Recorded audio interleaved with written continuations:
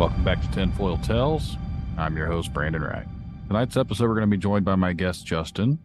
Some of you may remember Justin from the episode about the red grid mark phenomenon. He is coming back tonight because after that episode, we talked a little bit and we discussed some things about an encounter that he had, and I thought it was very interesting, so I wanted to have him come back out here and talk to me about it. Before we dive into that, if you've ever had an encounter or a story that you would like to share and you would like to be on Tinfoil Tales, you can send me an email.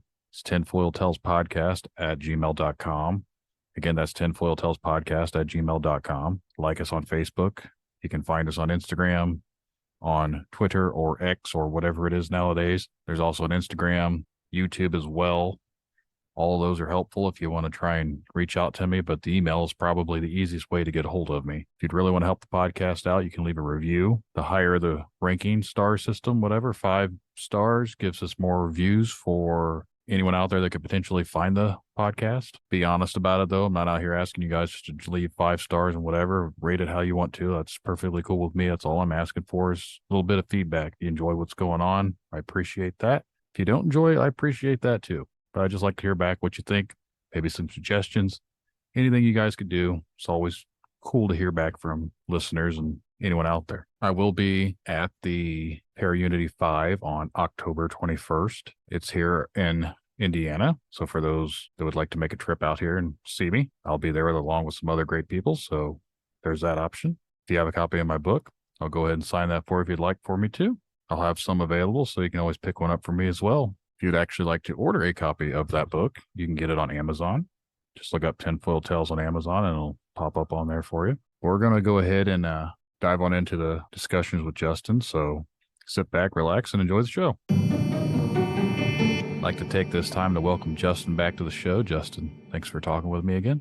Yeah, it's good to be here, Brandon. We haven't talked in a while, and I was pretty excited to get back on the phone with you and continue our discussion from last time, which was really interesting to me. Yeah. So the last time we talked about the red grid mark phenomena, and then after that we talked a little bit about this weird encounter you had, and then it's like, well, I'd definitely like to do an episode on that. So it's been a while, but getting back around to it. Yeah, I remember you were telling me your story about seeing the wolf creature on the side of the road, and Yeah. it was very disturbing to me. I could picture it clearly in my head, and it gave me that same sense of fear that I saw when I saw the little man run across the road.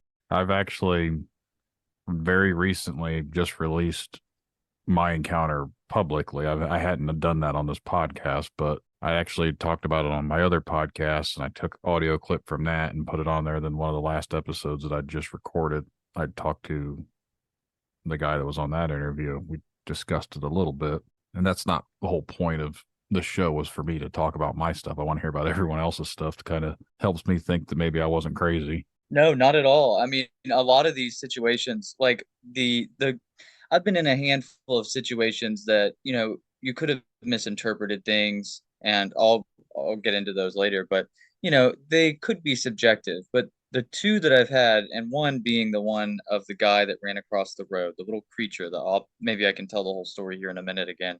Yeah. But he was so observable. I mean, he was 20 feet away. I clearly saw something that I couldn't explain. And I think you and I both have that sense of primal fear when you see something that is totally unexplainable unfolding right before you. It's something you can bond with other people about because it's such a unnatural state. It's raw primal terror because you have no reference point at all for what you're seeing, and Mm-hmm. yet you're seeing it right in front of you. I wish the guy that would have saw what I saw too would actually talk about it, but I haven't talked to that guy in years now. And the last time that, right after it happened, he basically threatened me, saying that if I ever talked about it or said he saw it or anything like that, he'd deny it all because he didn't see anything. I was like, oh really? Right. I'm like, There's always a big stigma around this stuff, just like they've been addressing with all the UFO Congress stuff. And why didn't anybody report? Well, because you lose your career. There's a huge stigma against it. People will call you crazy. But it's nice to be able to have somebody else there when you do have something like this happen that can say, yes, we definitely both experienced the same thing. It was real, it was bona fide, and even though it was unexplainable, neither of us were crazy. Yeah. To me, that is thing is, too many people see very similar things. The descriptions are very similar. The incidents, the encounters, all these things happening all line up to very similar. Similarities are just too much, in my opinion, to be random. People just making things up. Like, why would everyone make up this? What do they get out of it? Other than people Right. thinking you're a kook.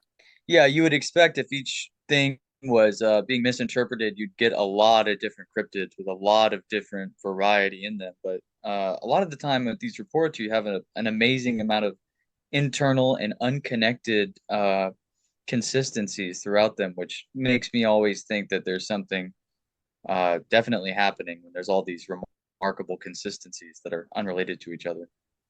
Yeah. Now, with your story, and we'll dive in here in a minute. You also had someone that saw it too, didn't you? Yeah, my cousin actually. So I still see him all the time at family functions, and we always both are able to back each other up whenever we're telling the story. We clearly, he was, in fact, he saw it first. He told me to look up, and I did, and it was right there, and we both just panicked, and he said, "Go, go." I've been doing a little digging and I'm going to eventually have an episode more focused on this is just my harebrained idea. So, anyone out there listening, I'm no expert. I'm just a nobody with a microphone. But I think there's a lot of similarities to you remember the Dover Demon story? And then it almost sounded like a gray to me, like the typical gray alien, big head, small body type thing. That was, I think, in the 1950s or 60s. They called it the Dover Demon. Nowadays, you have something called the Rake, which seems to be very similar description. And then there's also the Kentucky Goblins, the Hopkinsville Goblins. They also sound similar descriptions. And there was that incident, and we mentioned it on another episode, but there was an instance where these people back in the 60s were fighting what they were considered aliens or little men or whatever. Pretty sure it was in Kentucky as well. It's all similar things of these little humanoid creature looking things. And that's what really piques my interest with your story is it's a small humanoid type thing. So I'm wondering if these aren't Yeah, all something connected. I don't know. They have their own varieties in like the way that they move around. I was just looking at this Dover Demon. This is really interesting. It sent a chill up my spine when I looked it up because it is very similar.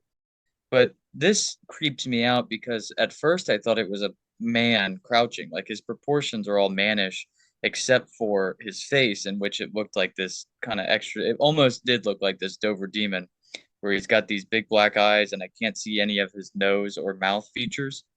And then, of course, he sprints across the road, but doesn't raise his body up at all. He's completely crouched down, and he moves like a startled bug, just insanely fast across the road. And that's when I knew whatever it was not human.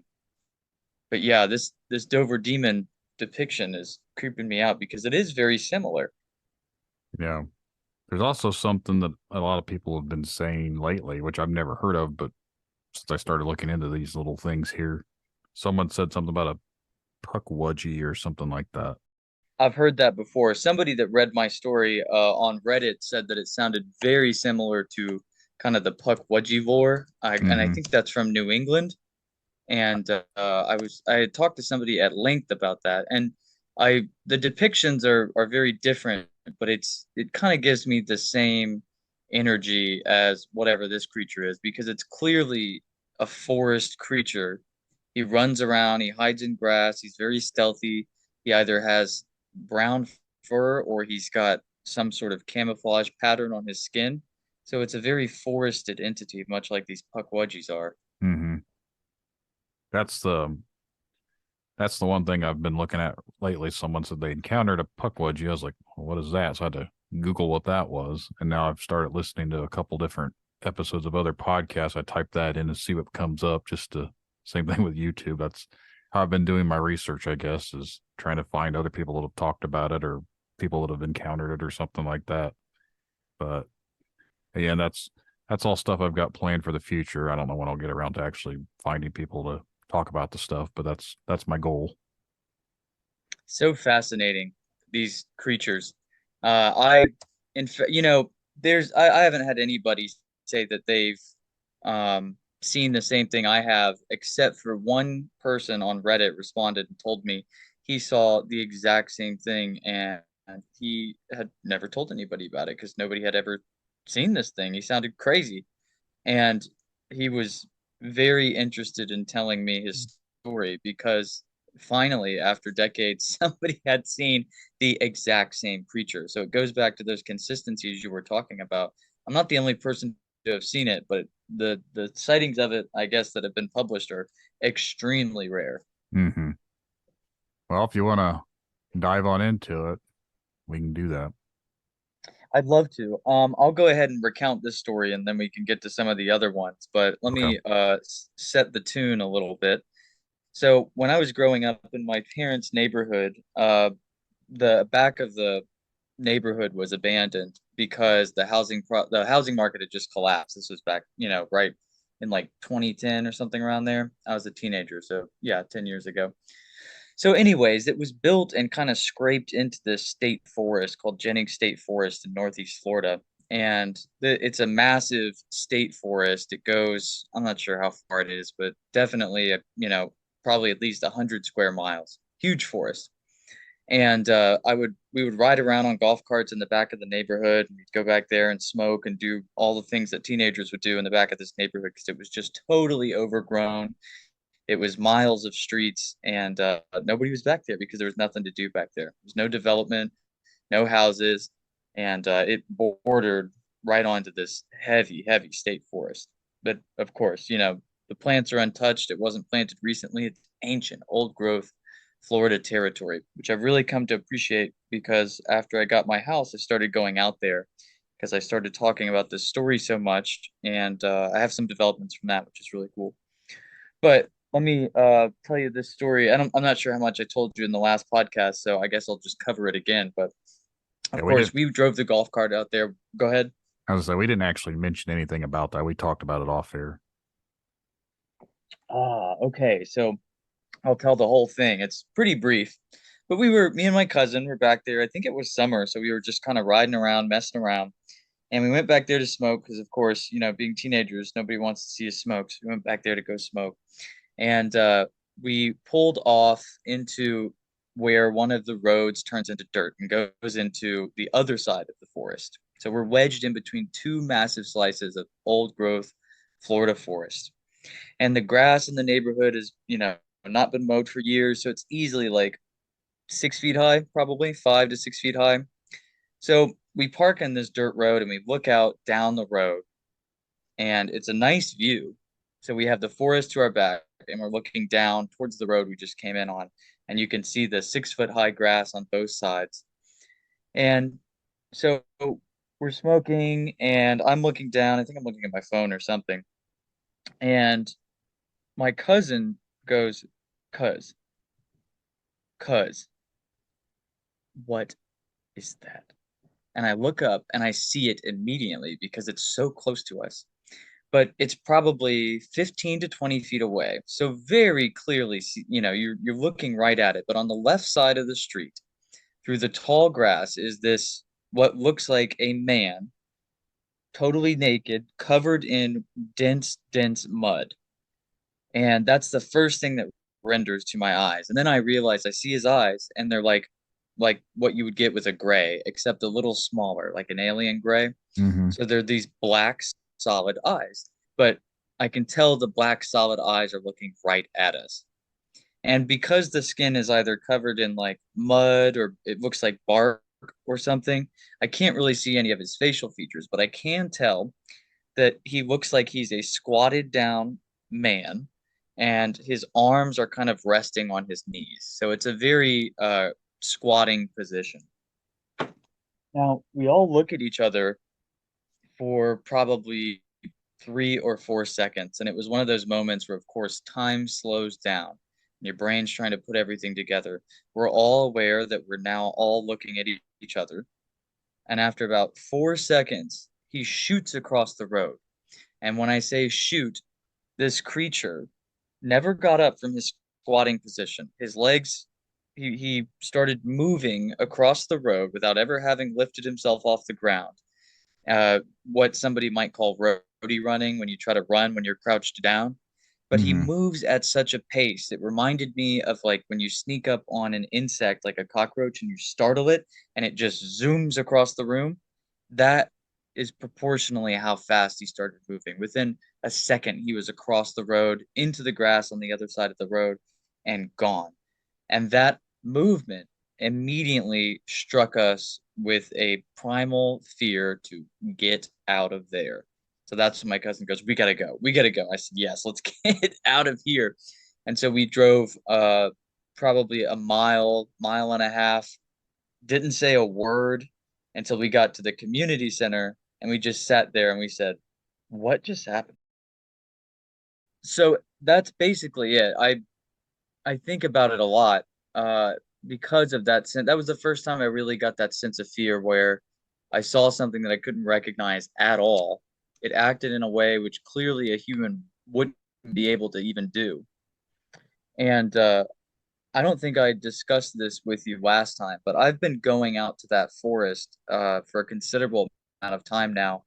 And at first I felt very uneasy, but now I feel rather calm being out there. I don't feel Mm-hmm. like it's aggressive, but I did find tracks one day.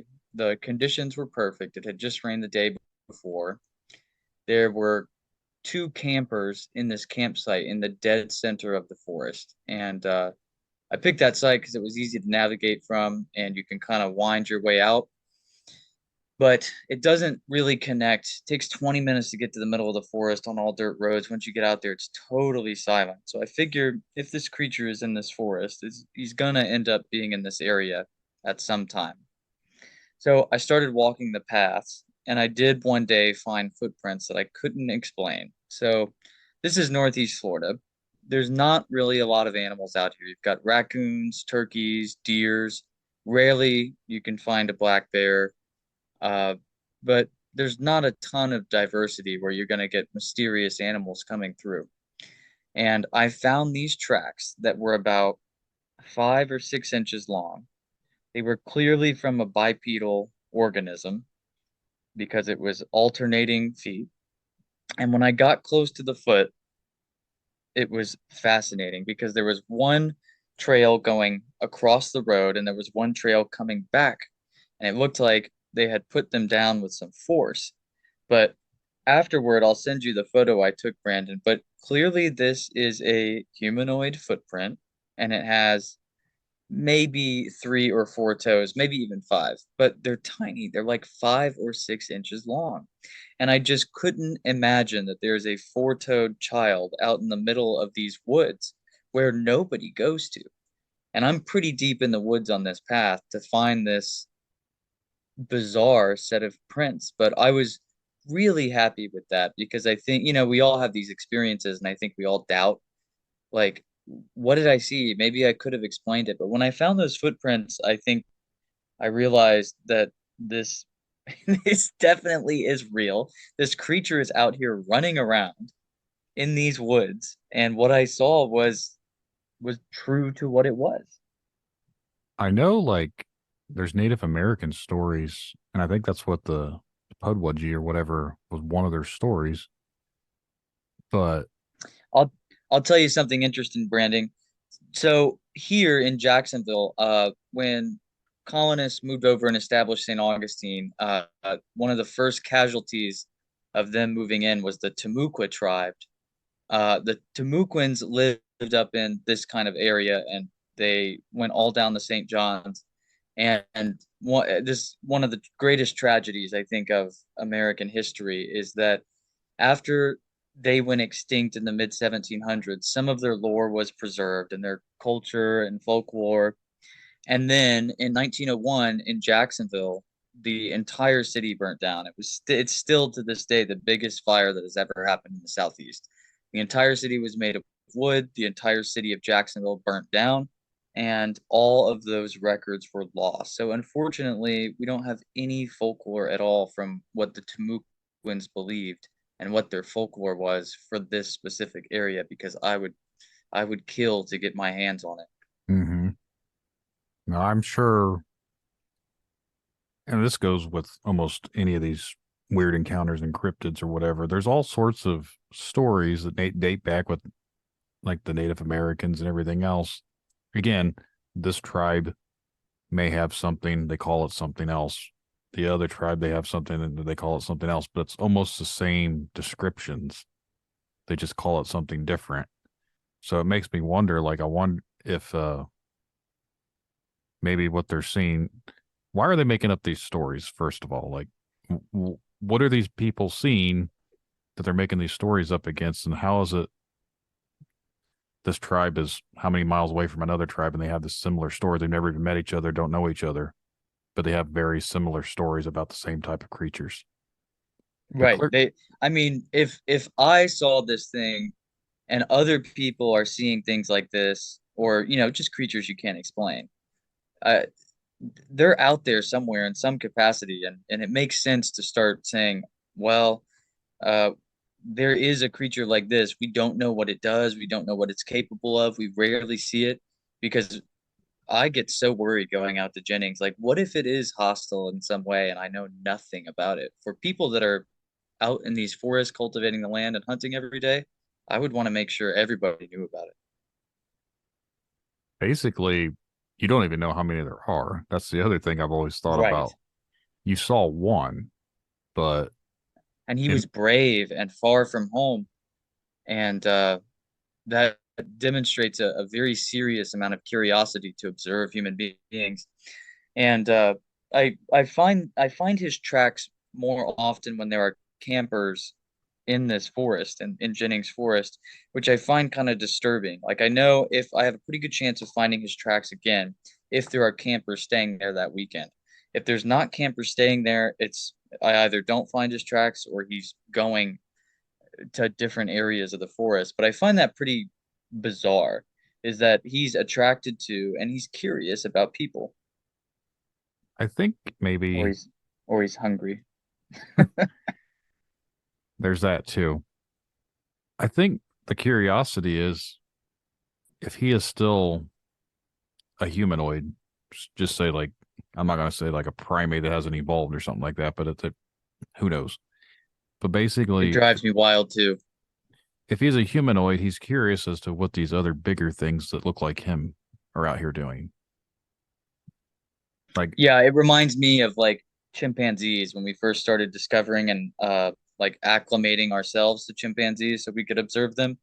I'm sure that they felt the same way. Like, they would be like, "What is this thing doing? It looks just like me, but it's so different and it's watching me." mm-hmm. I've always thought, and this is off topic completely, but with the story of evolution, we came from a missing link or whatever it is. Like we've evolved from a primate that walked upright. We turned into what we did, and there's still other primates around. Who's to say there isn't other offshoots of what we came from that branched off and evolved into some of these little, like, hell, people see Bigfoot all the time. Maybe that was another offshoot, like from Yeah, who knows what. I totally agree. It's like the whole hide and seek champion meme. Well, the great apes were really like that until the 20th century. We had these incredible close ancestors of ours in the forests of Africa, and we just chalked them up to being urban legends for hundreds of years. And Mm-hmm. only within the last, 100 years did it really enter into the public, perception and science that the great apes were there in Africa. So I always think about that when we talk about stuff like Bigfoot, because when I was in high school, and I'm not sure if this is related, but maybe it is. When I was in high school, there was a spot that people would go and they would hang out at night and do classic teenager activities. But it was moving into the south side of this forest, and not quite this forest. It's called Cecil Air Force, or it's called Cecil Field now. But there's a lot of forest surrounding an airstrip, and people would go in there and they would smoke or sit in their cars or hang out with other people or whatever, and there would be a 4 foot chimp-like being with long hair, and he would come and he would bang on the car and he'd bang on the windows, and like 6 or 7 people had this experience because it was a popular spot. And so I guess this being started getting very upset that people were like getting on his turf, and he, for all intents and purposes, appeared to be like a bonobo or a chimpanzee, and he would come bang on the car and then flee into the woods. With it being in Florida and everything else taken out, I know people are, you got your, a lot of reptiles that are exotic to that area that have running rampant. I could see the plausibility that someone could say that maybe they had a chimp and let it loose and they bred, but Definitely. but I don't. Brandon, there's more stories about that than I'm comfortable with, especially because Orange Park, which is on the south side of Jacksonville, it started as a Yale Great Ape Research Institute. And there were always legends that like some of the apes got out. And sometimes it just feels like that's true. There's this story from a little west of me, and I don't remember exactly what the state forest was, but it's the next state forest over from Jennings, and it's probably 50 or 60 miles west. Anyways, there's a cryptid story, and it's quite a popular Florida cryptid story. You can probably find it with some Googling, but it's not a cryptid at all. These guys are driving into this woods, and they're late to camp, so they're driving around in the dark trying to find the campsite, which is miserable if you're trying to get into these state forests at night because there's no guides, there's no signposts, nothing. Anyways, so they're rolling down one of these roads, and they see a orangutan sitting in a tree, and they park the car, they put the headlights on it, and they get out and look up in the tree, and it's an orangutan sitting in a tree, and the orangutan's looking at them, and they're looking at the orangutan. So they call the cops. They tell the cops that there's an orangutan in the tree, and they go back up the road to go get donuts to try to coax it out of the tree for when the police arrive. But the police get there, the orangutan had taken off when they arrived back, or something. They saw it leaving. But I was like, this is such a funny cryptid story because it's not a cryptid at all. It's just an orangutan loose in the woods. But that's so close to me. It's very frightening. You never know what's out in your backyard in Florida. It sounds like I've That's said right. that up. I've said that around up in this area too because I literally live only like maybe 3, 4 miles from where I had my experience. So I'm always Hmm. when I Still in the same territory. go outside to tend to the animals. We've got goats and stuff, chickens. So when I go out at nighttime, I'm always a little always got my phone on me and a light or something. I was like, just in case. I'm kind of a chicken, I guess, when it comes to that. So Brandon, let me follow this up with somebody else's post because I think you'll find this really interesting that I'm not the only one that's seen this, but even though it feels like it. So when I posted this story on Reddit, I had somebody by the name of Sodium Bicarbonate 85, and he said, I saw something very similar to your encounter from the first story, which is about the short creature that we just discussed. Mm-hmm. Years ago, I was camping in Jones Gap State Park in Marietta, South Carolina. The sun was setting, and I was sitting high up on a rock face next to a waterfall. From a distance of maybe 60 to 70 yards, I see a little man running on two legs, but in a crouched position as you described. He looked to either be a greenish hue or maybe more earthy colors. He was running straight up a hill. No man could possibly run this fast in that terrain, and I don't think even a deer could. It was like watching Usain Bolt run on flat land in his prime. After that, I had a very unnerving hike back to camp with no sunlight. The crouchy position to me is what stands out because, like, if it's in a crouched position and it can run that fast, I wonder if that's how it naturally would be. It does not completely go fully upright. It seems like it because when you startle a deer and they just shoot off, it's not like they think to themselves, well, I better crouch down so I'm less visible, right? Yeah. We were all startled by this interaction, and that's what it makes me think that that's how it naturally is. It's constantly in a crouched position, and it feels most comfortable in a crouched position. And of course, it's hiding in grasses already, so it's trying to stay stealthy and out of sight. So I guess that crouching position is a sort of natural way of staying out of sight. I guess to paint the picture, when you're meaning crouching, is it like is its legs bent or are they straight or how to almost like when I think of a crouch, I think of someone has like their legs kind of bent, almost like you're hunkered down type way. Yeah, it kind of is. It's like when you do a squat, like a classic fitness squat, and you pull Yeah. the bar above your shoulders and you Hmm. squat and you try to go almost all the way to the floor. That's the position that his legs are in. And That's to try to run, yeah, with that's a that weird. It's like a weird position, position. It's almost like a grasshopper leg type thing. yeah. And to run at that position is just such a big red flag. Nobody can move like that. No, that's very. I don't know how to what word to use, but that's very. Cre- Disturbing. yeah, creepy-ish. Like if I saw that, I'd be like, "What the fuck is that?" But yeah, I don't. Yeah, it is. It's comical to think about after the fact, but when you see it, it is not comical at all. You know, It is very disturbing because this thing is doing something that no person could do, like and it feels so comfortable doing it. And when I found those tracks too, when I imagined that creature making those tracks, it lined up pretty well because the tracks were heavy into the earth. The footprints were very clear. So it wasn't light on top of the soil. It was making heavy impressions in the soil. So I imagine when I looked at the tracks that it was moving quite swiftly and it was really thudding its 5 or 6 inch foot into the ground with some force to leave a full, nice imprint of its foot in the ground. And I don't know what made those tracks, but what I saw and these tracks that I keep finding in Jennings line up perfectly with each other. I'm wondering if what you're seeing track wise. I know people are going to say, "Well, you saw a camper, so it's got to be someone's kids." Why would their kids be running around barefoot out in the middle of nowhere?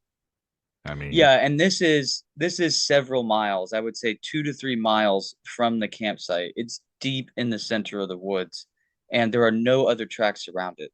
The soil that they use for the roads are perfect when they're slightly damp, and everything I can see everything. I can see the bobcats that come through very clearly. I can see deer come through clearly. There's no other human footprints on the road at all. So this kid, I walked the extent of the road, and it walks in a big circle, probably 5 to 6 miles, and there's no other footprints from the last 2 to 3 days. So it doesn't make any sense to me. This kid would have to be a Jungle Book kid if he was out there. I mean, totally abandoned to the midst of the forest. I know there's all sorts of weird stories with Florida because even my dad, he's originally from Southern Florida, from Fort Myers area, back in the '70s, and I remembered I'd have to ask him about it, but I remembered that he'd mentioned before that they used to talk about how there was like big cats that was like always supposedly out there, like jaguars or panthers or something like that, but they weren't necessarily really there. But that was like what the big tails was back in the days, like in the '70s or whatever. People were always reporting seeing these big cats in Florida. I don't Yeah, know the if, mountain lions. well, they were like black panthers or like leopards or something like that, like bigger, not naturally supposed to be there type cats down in the Everglades areas. It makes sense. Yeah, there's so much, industry and tourism and there's colonies of wild monkeys here now, definitely. They've moved up from Silver Springs area and they have grown their numbers in the last, I think it's been like 60 years. And it would not surprise me to find anything that you would put in the zoo in the loose or in the wild in Florida. I've always thought with Florida and the hurricanes and everything that comes through there, I know, was it the early '90s? I think that big old Hurricane Andrew or something came through and leveled out so much stuff through there. Who knows what kind of exotic pets, because a lot of athletes live in Southern Florida, Miami area. I know people have tigers for pets. They had all sorts of big cats as pets and all sorts of things like that. I was like, who's to say they didn't have like a chimp or they didn't have an orangutan, or back in those days, I don't know what the regulations were. Anyone could have had anything. So it got too big, they let it loose. And I think that's where the big pythons and all that stuff's that's running rampant down in Southern Florida's come from. Yeah, I think you're exactly right. It used to be a lot easier to get these animals as long as you could pay the money for them, and a lot of times it does end up in situations like that where they're improperly housed or they're just let loose into the wild. So it would not surprise me at all. I'm looking at your photos, and there's definitely something walking through there with little feet. I don't see. Yeah, it's no question about it. It's a human looking footprint with a maybe with a different toe structure and a sharper heel. And then I Hmm. sent you that other photo where you can see that it's clearly moving on two legs. And there's not a lot of things besides birds that move on two legs. So I'm trying, if I were to be skeptical, I would say, okay, so what has a primate shaped foot and it walks on two legs in Northeast Florida? And I just draw a blank. Just to touch base on other cryptids, some people would my brain is thinking, you think it could be like a baby Sasquatch type creature? That's exactly what somebody else told me. They looked at it and they said, that's a baby squatch. And you know, I didn't really see, I mean, I guess it could have been. I would, but it creeps me. Like, I don't think Sasquatches run around on crouched legs. I think that is really the kicker here, is that I think it might just naturally be this A, size. a lot of people have said these things. They've seen them doing a spider crawl where they become flat to the ground and crawl like almost like a spider would, like from side to side, and it's like crab walk or something. I was like, that's very freaking weird sounding. I've I've heard of that with crawlers, the rake-like creatures. There's a Hmm. whole subreddit dedicated to crawlers. And Yeah. that one really freaks me out because I've never heard of them, like growing up in any capacity. But there's a ton of people on this Reddit that are posting all the time about these crawler creatures that do exactly that. They'll crawl along the ground and they're like bone white, skinny, creepy looking creatures that live in the woods. Someone said my encounter, because before it was the first thing I saw was, like I said, was the big giant walking torso looking thing in the road. And then when I turn around, the guy and I turn around, and then we saw the big dog looking thing in the road laying there. Whatever I saw originally walking down the road, I never seen a head or arms to it. I just seen legs and a torso because I had to swerve out of the road to miss it, just like the guy in front of me did. But people have said that that sounds like a Fresno crawler. I was like, well, what's that? They're white, and then they have like a big round upper part and then like legs. That's not what I saw. I just saw a proportionally sized torso and a big set of legs. Now the legs are really thick, but I never saw a head or arms. Like it looked like something was wrapped halfway up, like it wasn't completely formed all the way. I don't know. I that story creeped me out because it seemed like you saw something that was in the process of shape shifting into like a classic depiction of a skinwalker Hmm. from Native American legends. And it was like injured and it was trying to shapeshift and it was just not, it was in the transition period of it. It Yeah. disturbs me so much to think about. I couldn't imagine seeing it. Someone said, and I thought this afterwards, like not like instantaneously after, but this is back in 2007. So I've had plenty of years to go over it over my head multiple times and try and figure out like, oh, I'm this had to have been this, like rationalizing it. The thing at the end, like someone had said recently, was because of that mouse was standing there next to us after the fact, after the thing went off the side of the road and we couldn't see it anymore. I looked after we were there for like 30, 40 seconds talking. I looked down, there's a mouse standing next to us, and I nudged the mouse with my foot, and the mouse was just cleaning itself and wasn't even afraid of us. Someone says, what if that thing turned into the mouse? I was like, shut up. I don't, I, Don't say that. I don't, I don't want to think about that, that the damn thing turned into a mouse. And then he was just sitting there like, what up, guys? We'll listen to your conversation. I That was like, does make sense. because the mouse wasn't afraid of us. Why would a random mouse just be standing there Yeah, next to two 6 foot something guys talking in the middle of the road? And and the it's like, mouse was dazed and confused, just like the yeah, creature was before it. yeah. He was just standing there, and it was rubbing its face like it was washing itself. Like I nudged it, and he just kept on washing. Like my nudge didn't even like startle it, and he ran off. He just stood there, and he was standing again. Now that I'm thinking about it, retelling this, he wasn't in like the normal all fours position. He was sitting down with so he could wipe his face with his two front paws. So he was in that same upright position. Maybe it was the mallow shit. I don't Yeah, know. that's a good suggestion. That Yeah, just that thinking. is so disturbing. Yeah, I've always said the mouse was the creepiest thing to me. At the end of it, I was like the mouse just sitting there is like creeped me out more than anything else. It's like I can't explain what I saw. It's like I can't explain the mouse either. But the fact that the mouse was literally, I touched the mouse and it didn't even care was even creepier. Yeah, it was like he was hypnotized. Yeah, that whole instance, I don't know. Like I said, I'm just glad someone else saw it, and I just wish he wouldn't be a douche about it and would actually talk about it. But that's clearly not going to happen. Yeah, that's very unfortunate. Even though there is a stigma, you saw what you saw, and there was nothing unreal about it. It's just a baffling thing to witness. Yeah, I haven't seen You or know, heard from that guy in 13 years, so I don't know. Maybe his stance has changed, but probably not.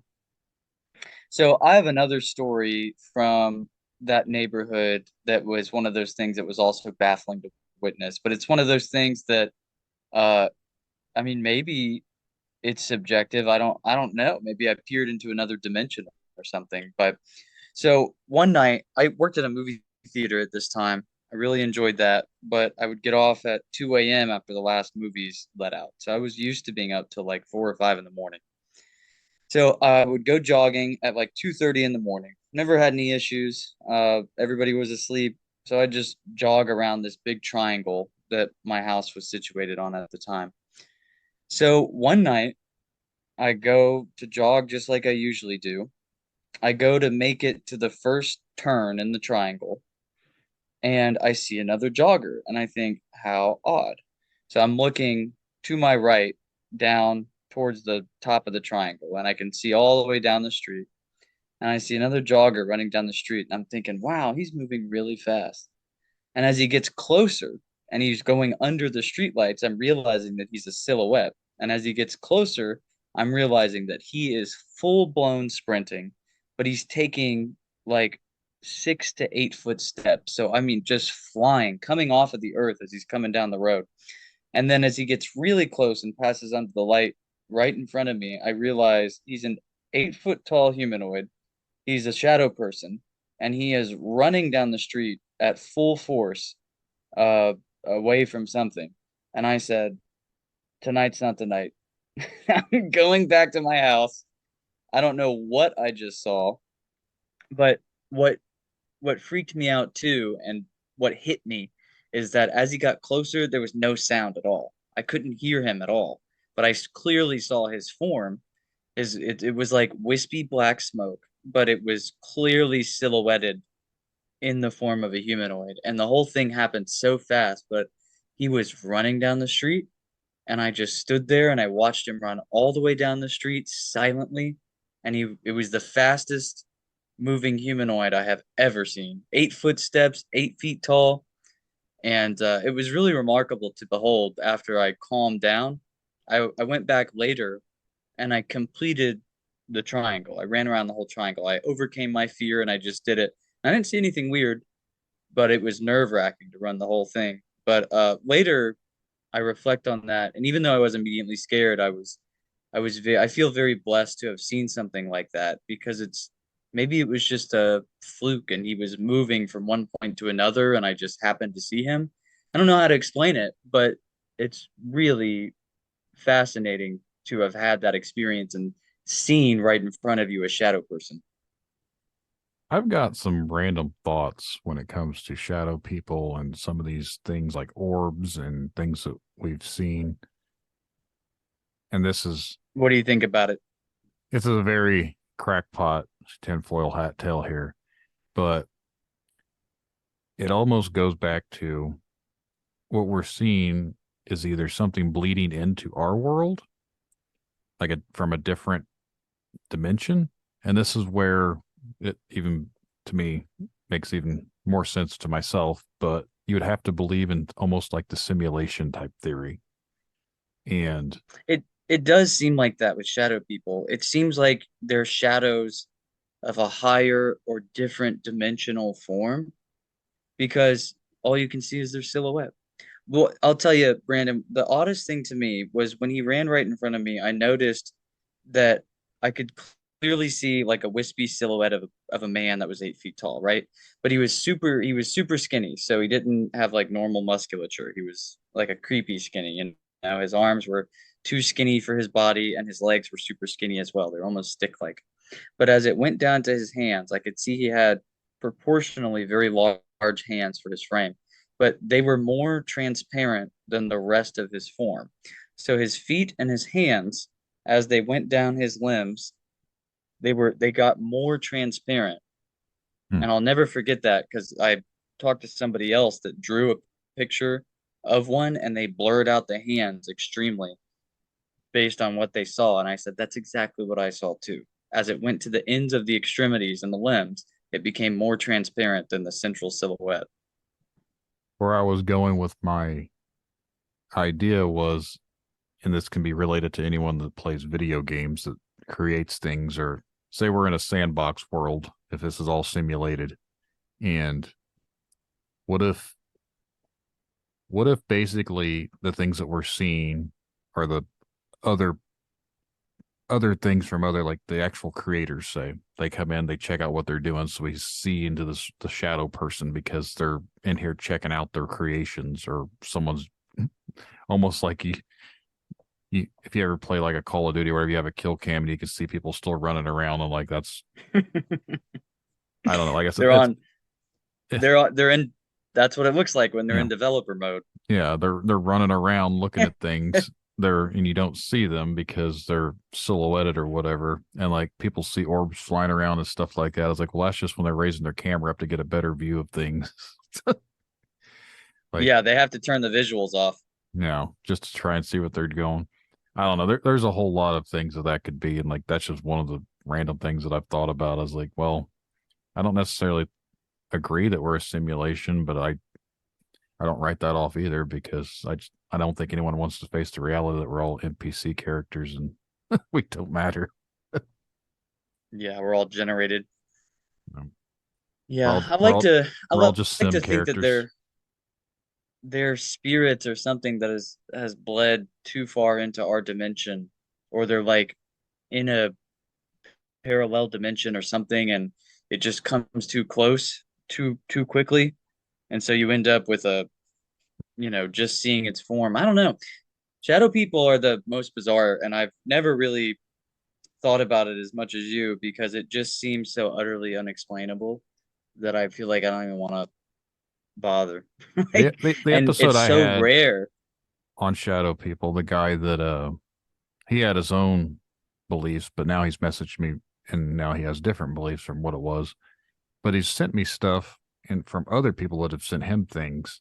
And I have seen the stuff that they're seeing in their videos. Like you can see something clearly pixelated, like almost cloaked behind them, moving. It's like a darker cloaking thing, like a shadow here, and there's something else. Like I seen like actual videos of that, and I was like, that's strange. And then there's other people seeing, they call it the predator. You know how the predator was always cloaked. Hmm. There's, you can see the pixelations as it moves. Like it's basically you're seeing through it, but you can still see the silhouette of a humanoid. That's what, I don't know if that's considered a shadow person or what that is, but I've seen those videos too, and I've talked to people that have seen that. I've actually had 4 or 5 different people that have saw that, and it's crazy to me that they're all seeing and describing the same exact thing, like a predator. So I don't. It's so bizarre. Yeah, that's so odd. Before I always saw the pictures online and stuff, and I thought it's so interesting. I wonder if these pictures are real of these shadow people because there's a ton of them online, and they look pretty realistic. And as soon as I saw that one running down the street, like I knew that I could have taken a picture of it and it would have been there. It didn't seem like it was a spirit at all. It was disruptive. It was a shadow that was just present. I don't really know if it was a shadow at all. I mean, it could have been 3D, but it was so dark that you couldn't see it. Even when it was under the street light where it was highly illuminated, it was still just pitch black. And it would have been great to get a photo of it. I'm glad for the people that do because it's really strange to me that not only is it photographable for people that are able to photograph it, but that it is so I wouldn't say careless, but maybe aloof, or it doesn't seem to mind at all. It's like it is like they're developers running around and they're just not concerned with us at all.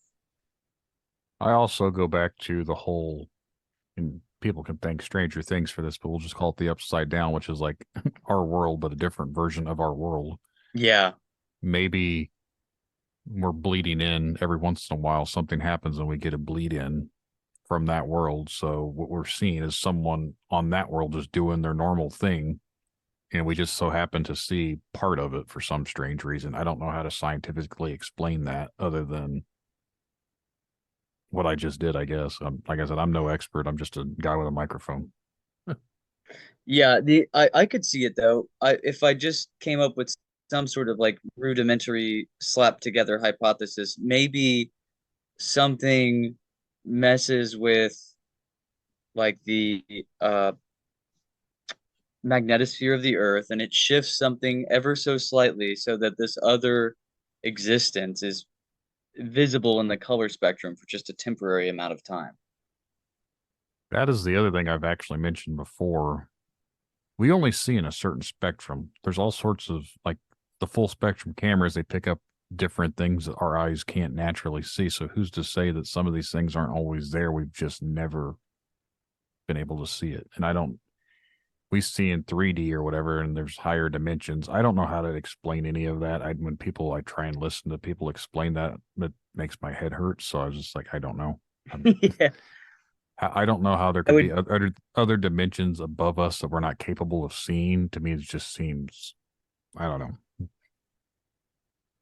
But It's hard to grasp, but the more we get into this alien topic, and it, you know, the more it seems like they have some sort of conscious manipulation technology.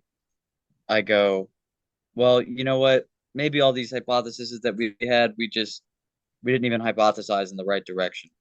These things, these unexplained entities, or maybe they're aliens or interdimensional entities, are operating in some way through natural forces that we just have no comprehension of.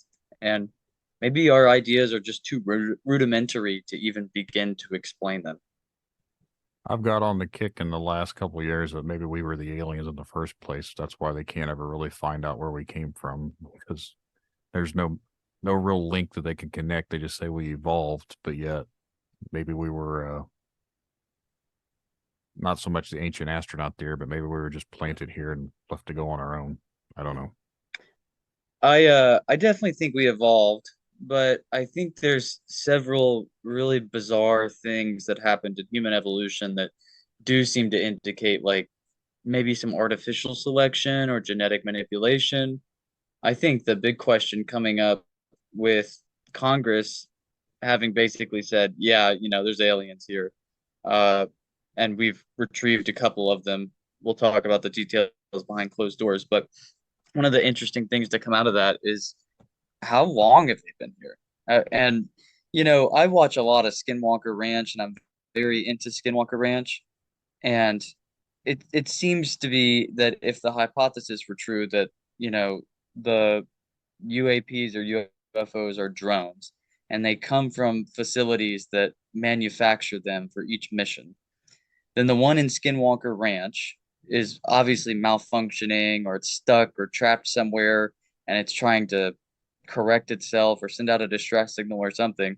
And Utah was under the ocean millions of years ago. So have they been here for millions of years? That's I've been thinking about that lately. I have no idea how credible any of it is, but is that the way, that they've manipulated us is through this drone system? I've been thinking about it a lot since those congressional hearings. Yeah. I haven't paid a whole lot of attention to those just because I didn't feel like they're really going to say anything earth shattering. I know the guy said something about recovering stuff or whatever, but he was just one of the whistleblowers. Yeah, No one from the Pentagon has acknowledged that. They basically said that's not right. true, which Yeah, that guy's name is David Grush, and he's talked to and interviewed people and seen documents. And I think that he said he saw one of the crafts. It seemed like that because he alluded to the fact that he's seen the craft injure an individual and he could get into the details in a classified setting. So I think he has all of the witnesses, he has a bunch of documentation, and he has seen what was alleged to have been a craft that was recovered. Yeah. And again, I don't know. I'm not going to write the guy off because he's probably 100% telling the truth. I don't see, again, what he's going to get out of this other than now he was, if he has all these military credentials, why would he throw that out the window for no reason? That's where I'd come up from. Yeah, Like all of it's a them. complex situation. What is the point Definitely. of coming out and saying this stuff if it's not true, or at least what he believes to be true? And why would you risk everything, your family, your name, your credibility, to come out in front of Congress and everyone's like, well, they're only talking about it because there's other things going on that they don't want anyone else to talk about. So they're trying to cause a distraction. So, we're going to have the UAP discussions and talk about aliens. Well, they didn't really talk about a whole lot of things that I noticed, like just stuff that was already kind of out there that, again, I don't ever see the Pentagon or any of the actual deep underground string pullers coming out and be like, yep, we've got aliens. We've had them for years. I think that's the problem. So Congress is supposed to have oversight into the Pentagon's operations, and the Pentagon clearly has an operation going, if we're to believe what David Grush is saying, that is misappropriating budget that is given by Congress into this black project. And there's some sort of group of people that have a classification level all to their own that they don't even allow congressional oversight of. And that's a huge problem for Congress. So they're leading this line of questioning and they're saying, okay, well, if we're not allowed to have access to these programs, why is that? Because Congress is supposed to have oversight into the Pentagon and they write the budget for the Pentagon. And whenever they audit them, they're always missing money. And now we're finding out, that this is done for a specific purposeful reason.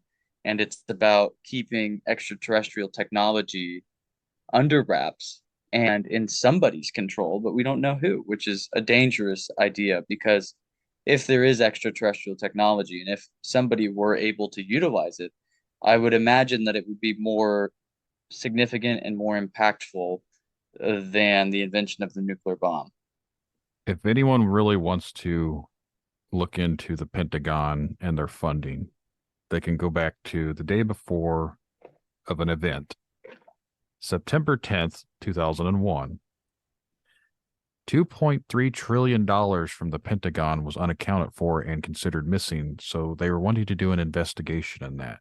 And then the very next day, 9/11 happened, and conveniently, a plane flew right into the Pentagon where all that money and information would have been able to be tracked into, but yet it got hit by a plane. So all of that evidence of where that money went is gone. Of course, all of it's just suddenly gone. The If you very were the in very next control, day. if So you that were in control of the most significant and impactful technology that had ever existed on the planet Earth, and only you and a small group of people knew about it, I mean, I could empathize with doing anything and everything possible to keep it in your control. I mean, I could understand why people would do that, but we've been dealing with this for decades and decades. And I think at this point, it's all coming out, and you have to believe in a massive conspiracy that is so unlikely to believe that it's not true at this point, which is just really funny to me that the tables have turned that way. mhm. That might be something that I do eventually on a episode later on for anyone interested on the whole what happened to the money before 9/11, but probably talking about it will get me red flag just because I seem to think that happens a lot. Yeah, don't do it. I think I was on a Facebook live stream one time and I read this comment that was put in by somebody, and I have a page where I kind of make jokes and stuff about these sort of topics, right? Make memes about like shapeshifters and all sorts of stuff. It's just purely comedic since I'm so into these topics. And we were doing a live stream one night, and this person made the longest comment ever, and we were waiting for callers to come in. And so I decided that I'd read through the comment. And this had every single conspiratorial word you have ever heard in your life in all one big paragraph. I mean, everything you have ever heard, the most obscure projects, the most red flag words in any algorithm had to have been brought up, right? From Mount Shasta to automobile water propulsion. I mean, just the whole list. And after I read this comment on a live stream on Facebook, I started to have technical issues and my frame rate dropped dramatically. And then I lost my connection to the stream and I wasn't able to connect anymore. So we just had to end the stream. And I thought, that's really funny that I read through that comment and then I suddenly and immediately started to have technical issues. It's funny you mentioned this because just this past week, I was doing an interview with someone, and it'll actually be the episode, I think, getting ready to come out. So by the time this episode airs, the episode will already be out. But we were talking about psychokinesis. That was the thesis for the episode. And we mentioned how certain things were going on in the 60s, like experimentation, this and that. And I alluded to a specific sort of agency that was doing such activities. And there was that click again. Are you there? Oh, yeah, I'm here. Well, when I brought that up, her call and her internet and her home or whatever completely turned off. So she had to get in her vehicle and drive towards a gas station in order to call back on a phone from her vehicle. And the audio quality completely changes because she went from obviously what she was talking to before and this. So right after I'd mentioned a specific thing, doing specific things, again, I'm just alluding at this point, so I'm not trying to get, Yeah. we started having issues with technology, and she'd lost her service in her home. And she said she was on a specific website prior to our call looking into certain topics, and she doesn't know if that was any indication of them checking up on what's going on now, because I'd mentioned a certain group and what she was looking into. I was like, is Big Brother really watching at this point? Because if they are really listening, I mean, I'm just a guy with a microphone. I'm nobody. Just remember that.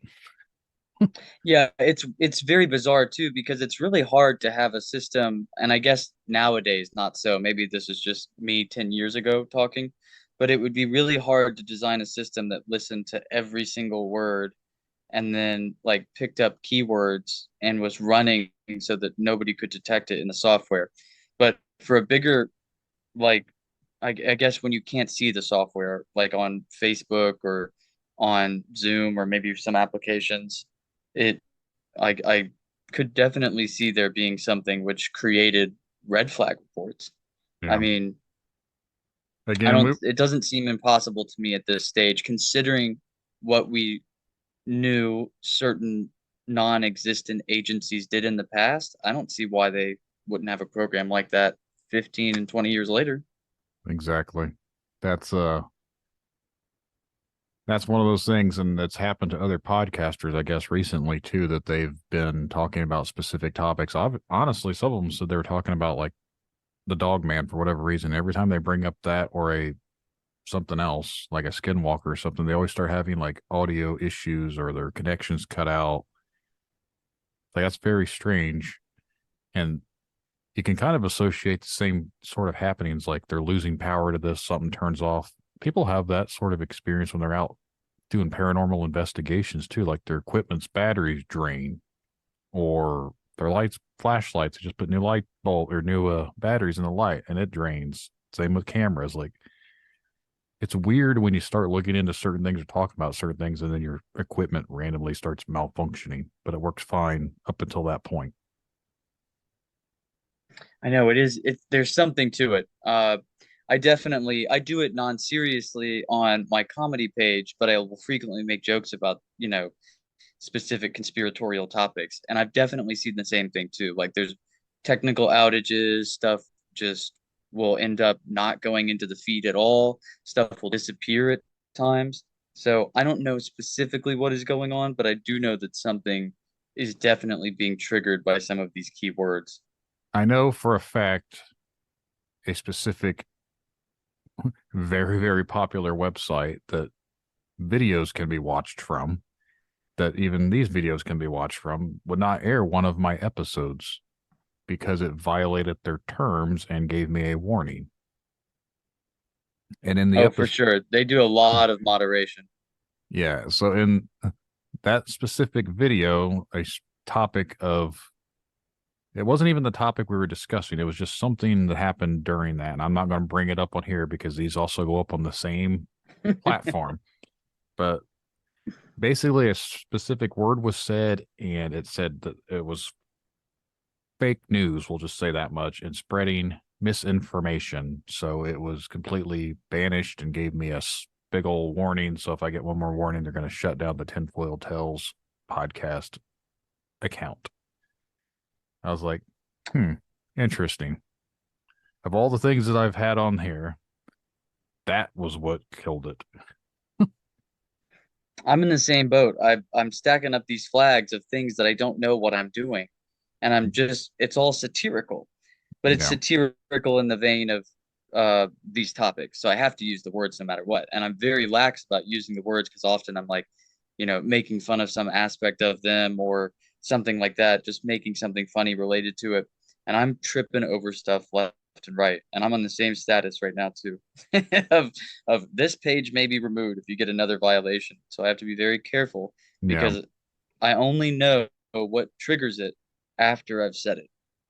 I know what triggers it on my end. So my other podcast, if anyone decides that they want to check out Dark Side of the Scene, that is my podcast where I interview musicians. So little plug in my own podcast there. But we call it The Beast and Beastly Times. We'll leave it at that. I think anyone can figure it out. Like when the Beast happened and the whole world got shut down by the Beast. Uh yeah.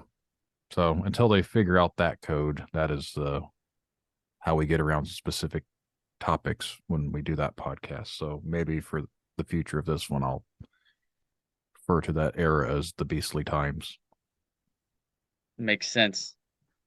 But yeah, just because of that, that's why I've basically been warned. And one more instance, I'll be shut down for spreading misinformation. But Yeah, they're real strict about it nowadays, and you never know what you can say until you've said it. yeah, no Very rhyme, unfortunate. no rhyme or reason. I didn't even say it. The guy was literally just talking about something that had happened, and someone happened to have beastly issues and whatever else. And yeah, interesting, interesting times we live in these days, I guess. It it sure is. And it just occurred to me, my last strike was regarding something that was beastly as well and very of that nature. And it didn't appear on the surface to me to be an issue, but the word itself triggered our content to no longer be recommendable. Yep. And it specifically cited that post. And I thought, that's really weird. You can't even discuss that No, figure at all. nope. That is the specific word that sets off that algorithm. So I got mad and I looked into it and figured out the yes from doing a little bit of research. If you say that specific word, that platform starts to really, really zone in on what you're talking about. that's that's very problematic. I don't Yes. like that at all. Yeah. So anyone out there listening, if you ever want to have specific type of videos on a really, really giant platform, do not talk about beastly things because it will get you banned. Strange times we live in. Yes, very much. But yeah, I we can probably get this wrapped up here in a bit, but there is a couple things that I want to kind of go back to on the actual specific topic. Like, but the little creature you only saw it that one time, correct? I did. I haven't seen it any other time I've been in the forest trying to find it, but I did find the tracks. So that's kind of been the timeline. Now, as far as like descriptions or whatever, I know you said it kind of had like a basically like a woodland type color to itself. Do you think that this was, and I don't know, this is again reaching, but do you think it's almost like it blends into its surroundings intentionally, like, or if that's it was just dirty itself, or it was camouflaged to look that way because it has adapted like a camouflage system to itself? I uh I think that it's camouflaged and I think it may have had like actual mud on it, but the two were very similar, which I mean makes sense. Whatever environment you're in, if you're in it for long enough, and you're benefited by it, you might adapt to blend into it. But it definitely blended in within its surroundings, right? Because it took me a minute to kind of focus in and see it. And then I saw it because of its humanoid shape. And then I was able to kind of pick apart some of the details. But I only had 4 seconds to do it. So that made me think that it was actually a type of camouflage because it did blend in easily with the grasses behind it and it looked very muddy and very natural. It wasn't something that, if it were sitting on a dirty riverbank, that you would be able to visually pick it up very quickly. Yeah. Now it makes me wonder, like, does it make itself that way for a reason? Like, does it have that sort of intelligence that that's what it uses to stalk? Like, so how, if that's the case, how often are these things out there stalking in general that we never pick up on because they're always there? We just don't see them. Right. That's what disturbs me too. Maybe it's so efficient at hiding and it just simply got busted one time. But the other 9 out of 10 times, you would never see it. It would always be in the grasses, in its natural environment, which is hidden and stealthy.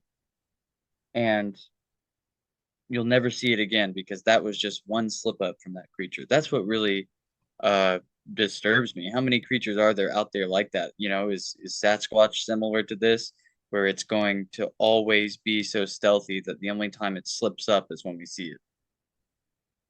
I know a lot of people have taken photos and everything. They post up these photos, and all you see is like pixelations and this and that. I also like with technology and everything else, they were like, why can't you get a clear camera? What if they're getting a clear shot, but for some reason these things have the ability. Again, this is going back like way out there, but what if they have the ability to not be seen? So when we try and take a picture, they come out looking that way. Like it's almost, again, it kind of goes back to the whole simulation thing that I always keep thinking of is like if it was programmed to be that way, then we're not going to ever see that. Like it's always like breaks in the coding or something. I don't know. I don't know how to I'll tell rationally you, explain it. I the fact that you can never get a good picture of Bigfoot, I believe it because I try to get a picture of my dog and I can never get a picture of my dog with Yeah. my cell phone. Or Animals my are just kids. always moving. Yeah, right? Like you can just never get a good picture of them. I had no good pictures of my dog because she won't sit still for long enough to get a good picture. And the shutter rate on a cell phone is usually not very good unless it's a very high-end camera. And I'm a amateur photographer, and one of the things that I always look for is a good shutter rate because if it's too low, you won't be able to get a good picture of like a bird soaring in the sky. It'll just be blurry. So you want to have a really good shutter rate that's able to capture things moving quickly. So you would want a camera that was able to get like sports photography, people running really fast, and it just gets such a quick image that it's able to capture it clearly and accurately. But I think most people are not trekking into the woods specifically with a camera with a high shutter rate. So I get it. If it's something you only see in extremely rare circumstances, you're fumbling to get the picture, the creature is startled and it's moving as fast as possible away from you, you're never going to get a good picture of it. You can't get a good picture of the dog that lives in your house. Yeah. And again, that's where someone recently, and well, I mean recently, within the last like day, has commented on a post that I had looking for guests. and they said that they'd seen a naked mole rat man.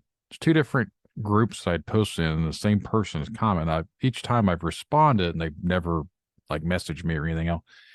I want to know what a naked mole rat man is. So anyone out there listening, if you're that person, have you seen the naked mole rat man? I would like to talk to you because is it the same thing that other people are seeing?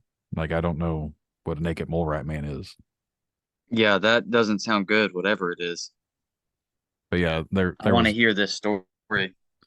there's been that one, and then there's some other things that I've been finding interesting by again going down these little rabbit holes that I've been doing here in the last week or two. And I've been learning a little bit more about these smaller creatures. That's why I originally reached out to you because I'm going to be doing that deep dive into more specific thing because the Kentucky Goblin thing with Hellier and everything else, there's something up with that, and I don't know exactly what, and with it not being too far from my state. And I actually interviewed someone previously, and he said he didn't even know I don't know if he knew what I was talking about or not, but he said they were out walking and he was talking about hunting Bigfoot stuff. But he said that they come across something that he thought looked like Gollum from Lord of the Rings, and like it was over on the edge. And I thought he said there's a couple of them. I have to go back and listen. It's been a year ago at this point, but I was like, that sounds like Kentucky goblins to me because he was right on that Kentucky border. He's like, Kentucky Goblin. I was like, yeah, it's basically. There was a show called Hellier that was where they search for these things. I was just And about to bring that up. I didn't find the show to be very credible, but I there's obviously just like numerous reports of these things like that Dover Demon. I hadn't heard of that before, and as soon as I looked it up, I go, "Yep, that's pretty similar." There's definitely some type of strangely related, very similar organism that exists in forests. It seems like everywhere. yeah, I thought again, I would actually like to contact the people that did that show, have them on an episode maybe.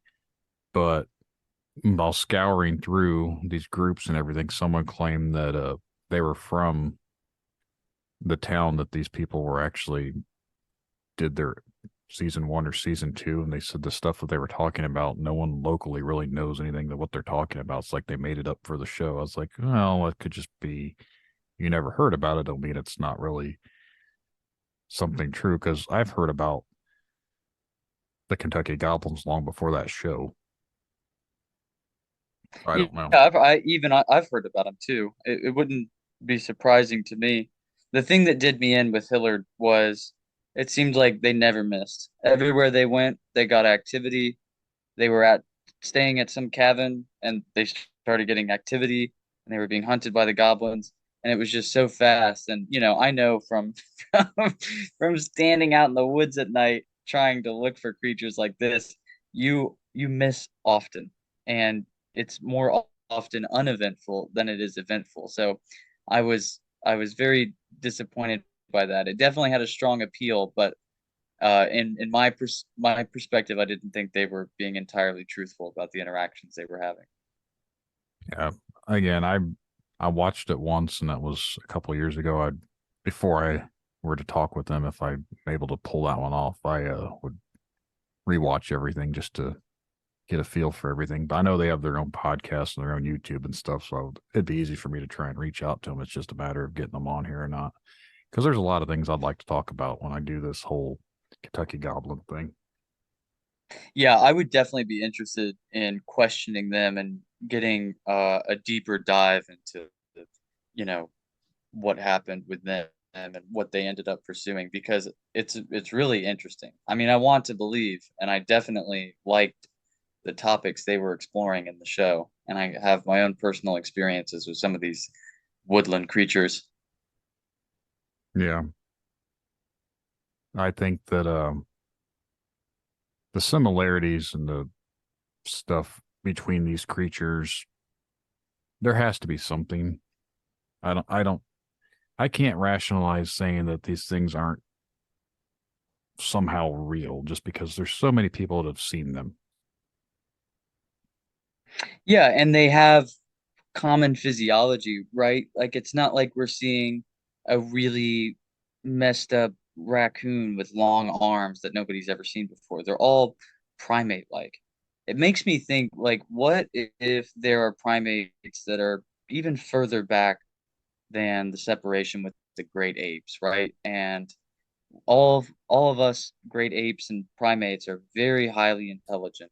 If there were some sort of very ancient offshoot of primates and their primary method of defense was total using their intelligence to stay out of sight and being totally secretive and not being detected in the first place, which, there are many animals that do that, then we very well could exist in a world with these sort of strange, very distant great apes that are very consumed in their physiology with never being detected and never even getting into any conflicts with other organisms because they're so stealthy you would never see them. Yeah. And I don't, that's where I struggle with the whole Sasquatch thing in general is we've never been able to find a body. Same thing with pretty much not just Sasquatch, but any cryptid.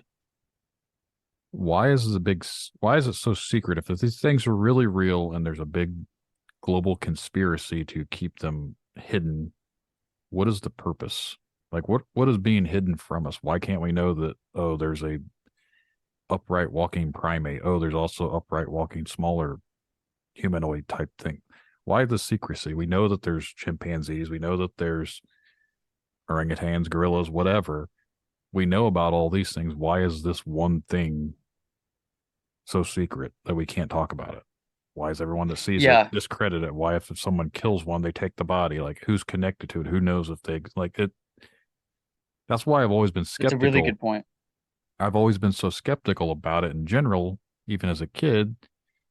I would have never thought anything like this was real. Like I said, I've always tried to be skeptical, but the day that I saw what I saw, my perception changed a bit because I can't explain that in a normal sense. I can't say what that really was. Like my brain stopped functioning correctly at that point 15 years ago, 16 years ago, whatever it was now. And it's like, okay, well, if that sort of thing is possible, then maybe there is more to these stories that people are seeing these weird creatures. And that's why I've been more open to the fact of it because I saw something that changed my outlook. So I understand why people are hesitant to talk about it. But if they're seeing stuff too, I'm starting to lean more that there clearly is stuff out there that we don't know about. Right. It only takes one example of something that shouldn't be possible, and then you go, okay, well, obviously what I thought was impossible just happened, and I just saw it happen. So I guess my model of the world isn't as accurate as I thought it was.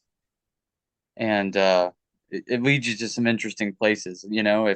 If other people, like you said, are aware of that, I mean, what science is being done? Are people covering up stuff like this? Because I think we just got evidenced in that congressional hearing that the answer is absolutely yes. We've been covering it up for 80 years and doing it deliberately. So, maybe there are animals like that too that are just in some way very interesting to people that can't control them and so would rather have the whole issue disappear rather than acknowledge it. And again, I just don't understand why though. I don't, it doesn't make any, there has to be something special about them that they don't want out. I can understand if they don't want to talk Right. about extraterrestrial aliens or whatever, because that means there's life in space and we have their technology and obviously they're more advanced and that starts to disprove religions and all sorts of things. So there's a big, I don't know what I call it wormhole, but there's a big, issue by talking about that. I think that they don't want to go that route, but talking about things that live here. So are these Yeah, it's creatures hard to not from and here? it's hard to believe that you could be so widespread that there would never be a body recovered. Like Yeah. even I was just thinking to myself as you were talking, well, what if they bury their dead? And I thought, well, that wouldn't work either because somebody would dig it up, definitely. Mm-hmm. If you dug up But something, you're going to report they dug up a body usually. But right, you're gonna that's just gonna make it worse because then you're gonna be able to find the skeleton. You pull it up and go, oh, this definitely doesn't belong. This is a different creature. But I don't know. Maybe it's like the great apes. We didn't know the great apes were out there in such small populations. Only the locals knew up until about 100 years ago. So could they be surviving in another massive continent with untouched forests? Probably. maybe that's on the other side of Antarctica, but that's another topic. I love the Antarctica topic. I don't believe it's just a simple landmass with nothing going on. There's a reason that the whole world decided during the middle of World War II, I'm pretty sure, right after World War II, that they all signed this agreement that no one can go to Antarctica and no one's going to mess with Antarctica. Right, and it's highly restricted. Yeah, what's so special about a bunch of ice? Clearly, Nothing to see here, folks. yeah, nothing here. Everyone in the world that hates each other made this one agreement that no one can go to here. Yeah, we're all gonna get together to explore it together. We're not gonna have any issues. Nobody's gonna come here. It's just gonna be us and the ice, and it's nobody's business but ours. Yeah, basically, I call bullshit on that one. But again, Yeah, it stinks. that'll be a future episode too. I'm just got to find someone that really knows a lot more about it than I do. But Justin, I think we're gonna wrap this one up here. So, is there anything else you want to talk about before we sign off? No, I think we've talked about a fair bit, and it's always a great conversation, talking about all this stuff and all the different roads we go down and how our experiences have shaped our willingness to see things differently. From our first episode with the red grid mark phenomena, have you had any more pop up on you since our last time, or nothing yet this year? No, so in the overall timeline, I believe I started getting them in 2015. It's so long ago, I don't remember. Hmm. But I got them for probably 6 to 8 years, maybe 5 to 7, something like that. But I got them so many times I just stopped keeping count of them because I'd get them 6 to 10 times a year. But I always knew that I could count on them showing up in the middle of summer. And uh, I think it was 3 years ago, they stopped appearing as regularly. The summer schedule, where I would usually get them in the summer, changed, and I ended up getting them in the middle of June, off cadence from how I had gotten them the last 5 years. And then in the 2 years after that, I haven't gotten any of them. So I did think it was funny. I changed my diet during that time too, and maybe one of those things had something to do with the other one, like the diet change, or they changed my genetics and I started changing my diet. But I started eating all ketogenic diets, and because I'm at risk for type 2 diabetes, so I just took charge of my health because I'm getting older, almost 30 now. But I'm not sure if those are related, or I just failed to be interesting to them, or the program was completed, or whatever. It doesn't discredit all the intelligent marking, and more people are still getting marked with red grid mark every summer, every year. I just all the time go to the group and I'll find 15 or 20 people waiting to get into the group, all of them with grid marks. The phenomenon is still growing, and it's still just as bizarre as it is or ever was. But for me, for the last 2 years, I haven't got any. So really interesting. The last couple of days, I've gotten new comments on the video. There's not a bunch on there, but I thought it was interesting here in the last 2 or 3 days. There's been a couple different people that have commented on there that their boyfriend had it and someone else said that they had it. So it's There's, interesting that the video is starting to pick up some more people looking into it as well. I think this is gonna snowball until it becomes a really well acknowledged phenomenon. And that's what I tried to set up with the Facebook group, is this archive of look how long this has been happening to people. Look how long this has been happening to me. so that when the attention finally does get put on it as a phenomenon that's totally baffling and unexplainable, and nobody is seriously researching besides us, that there will be this treasure trove of reference material to work back on. Because when I first started getting them, I think in 2015, there was nothing. There was almost nothing on the internet at all. And it's really interesting now that I can watch what the engagement is like, because there are channels popping up all over the place that are covering it. We're covering it on podcasts like this, and somebody will start a group somewhere. They'll post a picture and say, "Has anybody ever seen this?" And it'll end up getting hundreds of comments of, the same arguments over and over again. Did you sit on something? No, it's on my child's forehead. But it's really interesting that that stokes so much funneling into the group, and I can monitor every year. I'm getting hundreds and hundreds of people, and the volume is increasing year over year of people that are getting these red grid marks. So what is happening?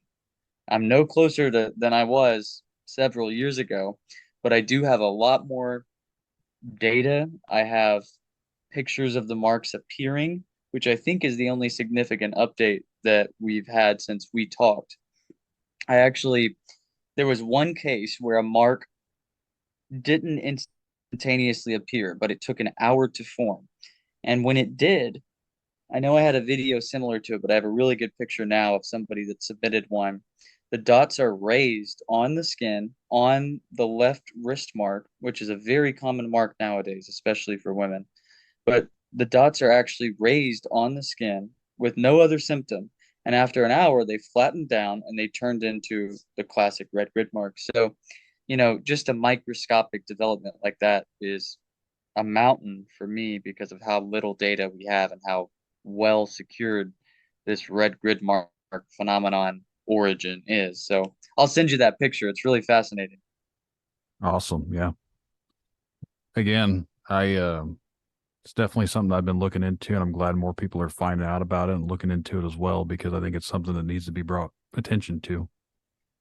But on that note, it's getting a little late here. So, Justin, it's been great talking with you again. You too, Brandon. I always enjoy our conversations. We'll have to have another one soon. Yep, we'll definitely do that. Anyone out there listening, if you want to be on an episode of Tinfoil Tales, just send an email to tinfoiltalespodcast@gmail.com. We'll get you scheduled on a future episode. But on that note, we're out of here. So thanks to Justin. Thanks for listening. Good night, everyone.